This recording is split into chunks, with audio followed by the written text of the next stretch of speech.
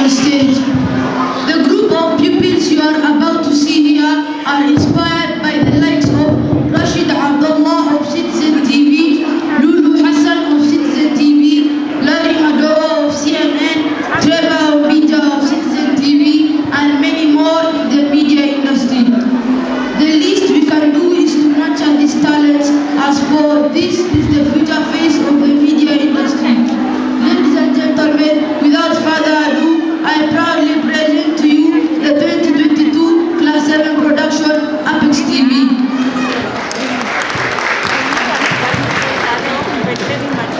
Good morning, dear viewers.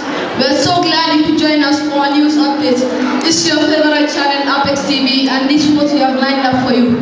Apex Junior School graduation ceremony, traffic updates, CBC conference, and live interview. Feel free to interact with us on our social media platforms at Apex TV or send an SMS to our line 2222, and we shall be sampling some of your views at the tail end of the program. I'm your host, Muawiyah Hassan, and my co-host is Hibbi Ahmed. Let's get started. Today marks the long-awaited day for Apex family as they get to witness the transition of graduates to primary school. A beehive of activities was witnessed this morning as the final touches were made to guarantee a successful event. Joining us live from the venue is our reporter, Ms. Kiosman. Hello, can you hear me? Kindly bring our viewers up to speed with what's happening right now. Yes, I get you loud and clear. But as you can see behind me, I'll ask my cameraman to give you a clear view. A lot is going on here right now. The entire Apex family has been looking forward to this day and it has finally done. Everyone here is filled with boundless excitement. Just to take you through the activities lined up for today, right now we still have parents and guests tuning in. The guest of honor has just arrived and inspected the guard of honor. As we speak, entertainments are ongoing and I must point out that the learners Silence, please. Silence. Have been well prepared for this auspicious occasion. The teachers have definitely worked around the clock to polish the talents we are witnessing here. I am informed that after this we shall have the main event, the graduation ceremony. Speeches will also be in the venue. I am now joined by one of the parents and I'll just get a quick reaction about today's event. Kindly tell us your name and what you feel about today's event. Hello, thank you for inviting me to Apex TV. My name is Anissa Mohammed and I'm honored to be part of this live broadcast. A lot of things are happening right here in this venue. Apex 8 graduation ceremony, which I see the people are presenting a lot of things which are spectacular. Thank you for inviting me to Apex TV.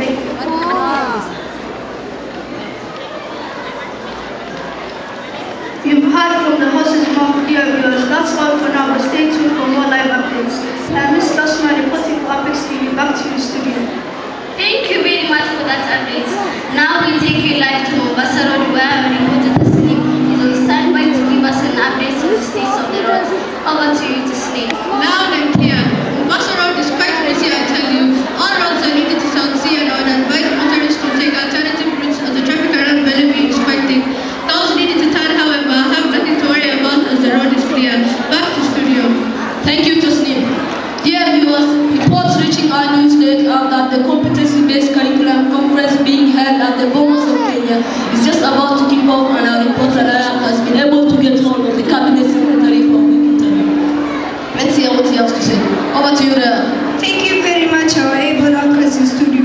As you've already informed our viewers, who are bringing you this broadcast live from the Bomas of Kenya, not for the earthquake, but to follow the proceedings of the CBC conference organized by the Ministry of Education just about to begin. Joining me here is none other than the Education Cabinet Secretary, Professor Magoha, the man with the longest CV ever, the bulldozer himself. Karibu, Professor. Ahsant. Thank you very much for joining us this morning to shed some light on the new competency-based curriculum.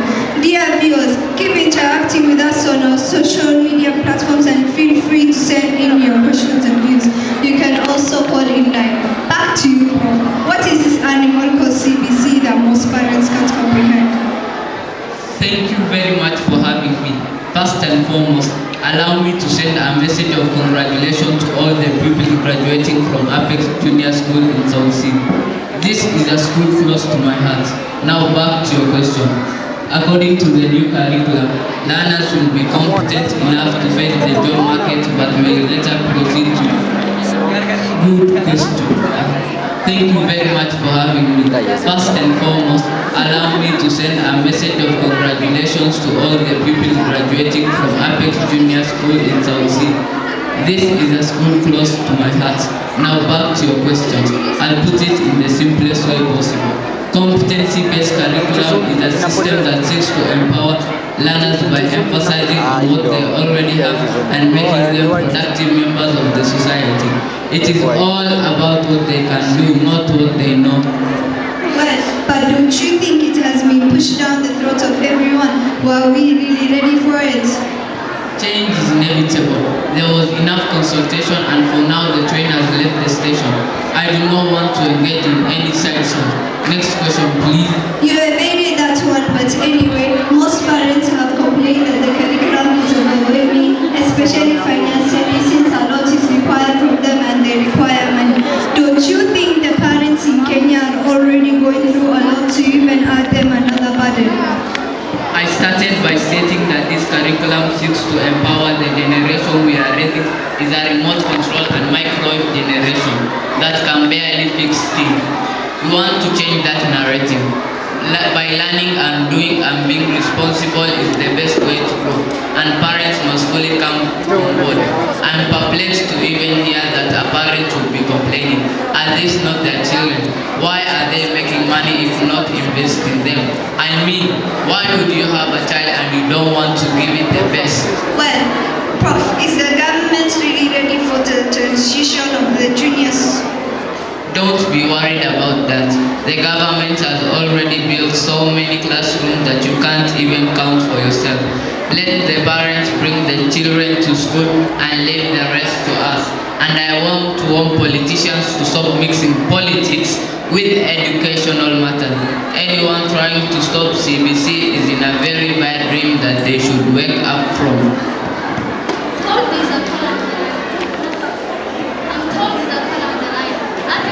Talk to us. What is your name and where are you calling us from? Jina mimi anaitwa Abubakar. Anapewa kutoka Mboya. What's your question? My question is swali tu. Mimi anauliza, Shiran sasa anakaa miaka ngapi school na wao tafanya hii KCPE? Asante kwa swali. Well, Prof, you've heard the caller. What's your response? Good question. According to the new curriculum, learners will be competent enough. A good question.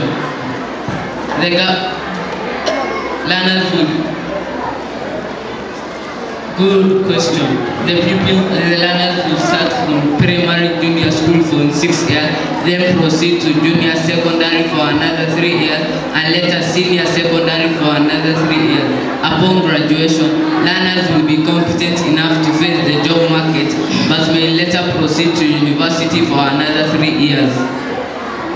Well, I guess we shall have to let you go in for the conference. Once again, thank you for your time and for agreeing to talk to Apex TV.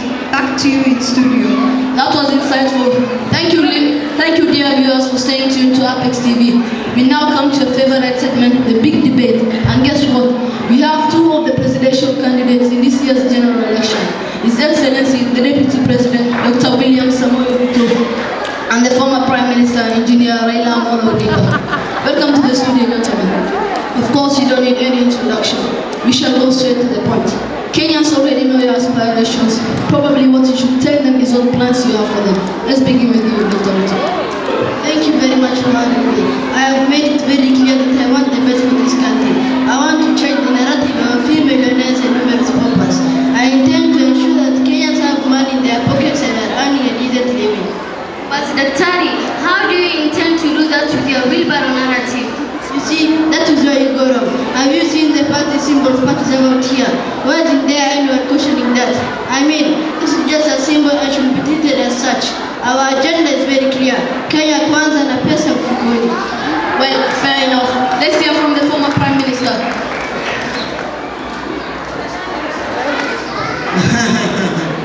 You know, sometimes I wonder what amount of time people need. Someone has been in government for the last 10 years and is talking as if the money he wants in people's pockets has never been there. Anyway, My government will ensure universal health care through Baba Care, education for all, infrastructure, reviving of collapsed industries and boosting agriculture. I have traversed this country and interacted with the citizens, and I know what Kenyans want. I will deliver what some people have not been able to deliver in the last 10 years. You know, my Abia, the insincerity in this country baffles me. How will somebody turn blind to the development of the current government has done to this country? Mwenye macho kutamlazimisha kutazama kweli. I beg that the moderators take charge. I was interrupted before I concluded. Anyway, now that this issue of development has been brought up, how would one claim the development record made by a government with which they serve in, but oppose day in, day out? When his senior is working, he is busy politicking. My friend, you are a prime minister. What do you do for this country in the Mkatanu's government reserve in? You think Kenyans are still interested in Vitandawili? But chest dumping will take you nowhere. Remember, we have not forgotten the maize scandal. Our orange dams are still fresh in our minds. What else do you have to show beside the numerous corruption cases? Okay, gentlemen, let me bring this to brief halt as we conclude the news and come back for part 2 of this session in our next studio. Let's have your closing remarks, please. Starting with you, Dr. Ruto.